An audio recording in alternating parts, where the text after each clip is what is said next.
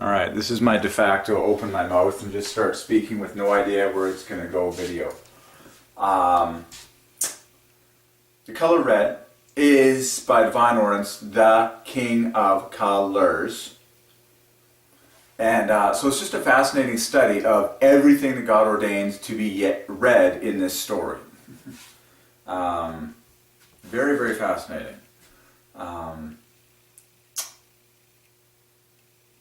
There is one, for example, there's one gemstone that is obviously red, and that is ruby. Ruby divides by 3. Red divides by 3. Ruby red is like the most obvious 3 fest in the history of the universe. Both words end in, like ruby ends in 9 times 3, and red ends in 9.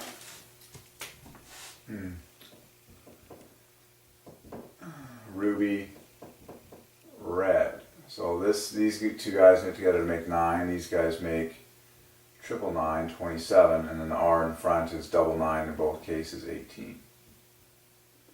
Ruby red. And of course red is the color of love by Divine Ordinance, so a red cut heart in the shape, a red ruby cut in the shape of a heart. And then necklace divides by 3. Ruby necklace is like something perfect. It equals 120 perfectly. A ruby necklace. All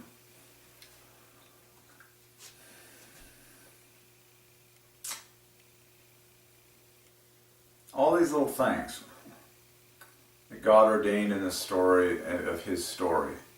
But in terms of a precious stone, something that is worth a high value, there's one stone that is red, and that's ruby. So I was just digging up some additional gems on precious stones and their chemical formulas, and quartz, the word adds to 103, the first 3-digit all-factor 3 number, 27th prime, 3 times 3 times 3.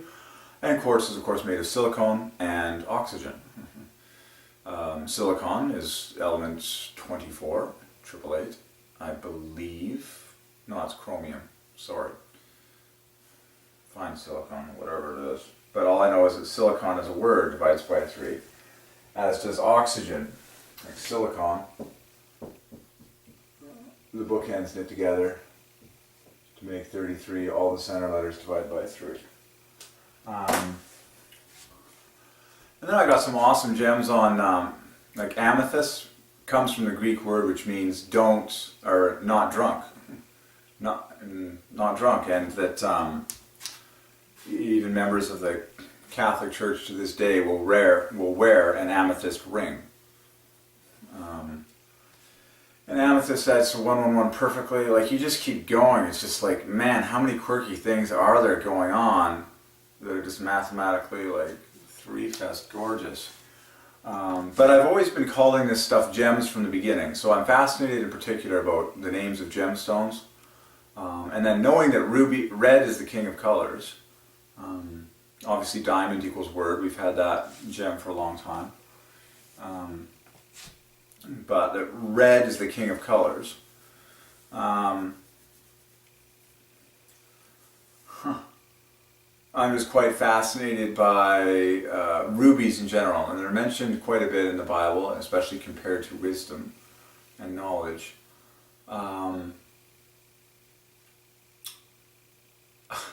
One thing that never ceases to shock me is how this entire story of our lives in which we live is a giant hunt. Like, we never stop searching. It almost seems kind of annoying. It's like we're always searching for new knowledge. We're always searching. It's like, oh, it's just so tiring. It's like, now it's like you got to search for, people that you click with in this world. You got to search for a job you're happy with. You got to search. It's like, my God. Well, thank God for God and His personal voice, and that's the whole point of us asking God questions, is that He can take us directly to what we're looking for, because God knows the names of everything and everyone, and where, and places and stuff. So I'm just convinced I'm just going to spend a lot of time in prayer tonight asking God explicit questions. What to do next, what to find next, all that stuff. Because otherwise there's like no end to the knowledge.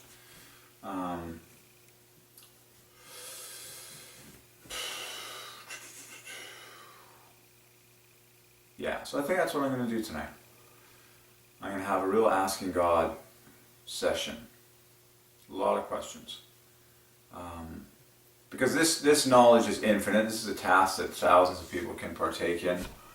The age-old question, once again, as it always has been and as it ever will be, how do you get the attention of massive amounts of people on this planet in order to